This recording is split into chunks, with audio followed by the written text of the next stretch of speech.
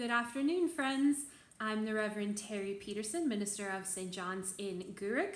Today is Friday, the 19th of February, the third day of Lent, and it's time for our third Faith in 40 Objects object. So today's object is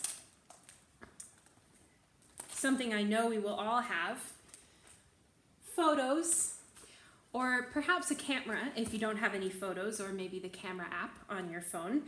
I have brought out a photo album that is full of my life, from my very first pictures in my very first green dress all the way, you can see in front of our very fancy television, all the way up to, it goes through that time that I painted my bedroom with my friends when I was 15, and we used sponges cut in different shapes, to my senior recital for my clarinet degree and my college graduation, all the way on up to my master's graduation with all my fellow Masters of Divinity. And then it also includes things like my great-grandparents' headstone and everything that you can imagine in between. Crazy hair day when I was about 7. On and on. My whole life is in here. And photos have a main purpose of helping us to remember things that have passed, right? They remind us of, my childhood dog on the farm, or they remind us of that family holiday we hiked in the mountains and the waterfalls, or they remind us of the beautiful view from the window, as is the case of most of the photos I take these days. They remind us of places we have been, people we have been with. They remind us of our own story. And in fact, this photo album says it right on the front: remember this moment. And that's what we want to do, right? To remember this moment that God has given us, to remember the beauty of this moment, to remember the love we experienced in this moment, to remember the excitement, to remember the feelings of being at that place at that time with those people. And remembering is a really important part of the biblical story. From the moment that God brought the people out of Egypt, God said to them, "Remember, I am the Lord your God who brought you out of Egypt. Remember that this is who I am and this is what I have done." And then goes on to tell the story of all of the things that we and God do together, or that we do with God for the world because of that thing that God has done. So remembering isn't only about calling up good feelings, it's also about putting that past into action. Some people say that the word remember means to call to present significance, like to bring up the importance of something that we are remembering so that we can live it on into the future.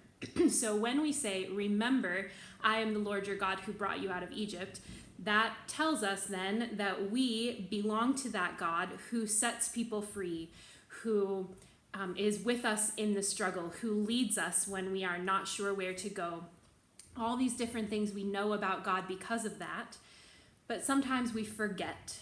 Sometimes pieces of that story sort of fall away, and we need to be remembered, put back together. So when Jesus breaks bread and says, "Each time you do this, remember me," he puts the bread back together. He puts the body of Christ back together. We are remembered, put back together as the body. And that's part of remembering what God has done. So there is a verse in Deuteronomy, which is a book that maybe we don't read very often, but our Jewish brothers and sisters read a lot. And this particular verse is one that they recite every day, probably many times a day, but at least once, because it's so important to them to remember that this is the truth, the foundation. And you'll see what I mean in just a moment. So this is Deuteronomy chapter 6, verses 4 to 9. Hear, O Israel, the Lord is our God, the Lord alone. You shall love the Lord your God with all your heart and with all your soul and with all your might. Keep these words that I am commanding you today in your heart. Recite them to your children and talk about them when you are at home and when you are away, when you lie down and when you rise. Bind them as a sign on your hand, fix them as an emblem on your forehead, and write them on the doorposts of your house and on your gates. So the words, keep these words that I am commanding you today in your heart, basically says, remember this.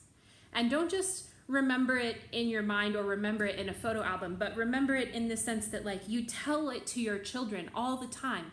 This is a story that you tell over and over and over again. It's always right there. It's on the doorpost. It's on your hand. It's right in front of your eyes. And you recite these words to your children at home and away. No matter where you are, you remember this story.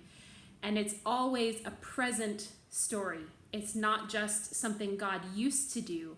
This is about who God is and what God does now, and therefore what we do as God's people. So whenever we look at our photos, or whenever we take a photo and we want to remember a moment, let's also remember the God who gives us those moments and remember what we are carrying forward in those pictures. So when I take a photo of, my very long hair, then what was my family wanting to remember about me in that moment? And what am I still living from that self that I used to be? Or when I look back at pictures of my family holidays, or when I look back at pictures from this window looking out at the view, what is it that I'm remembering? Hopefully, it is that I am remembering God's faithfulness and also the people who have brought me to this place and made me who I am. And therefore, because I remember, I live more faithfully into the future. I live the life that I have been called to live. I act in the way that I have been called to act because God and the people that God has put in my life along the way have been faithful. So I can too.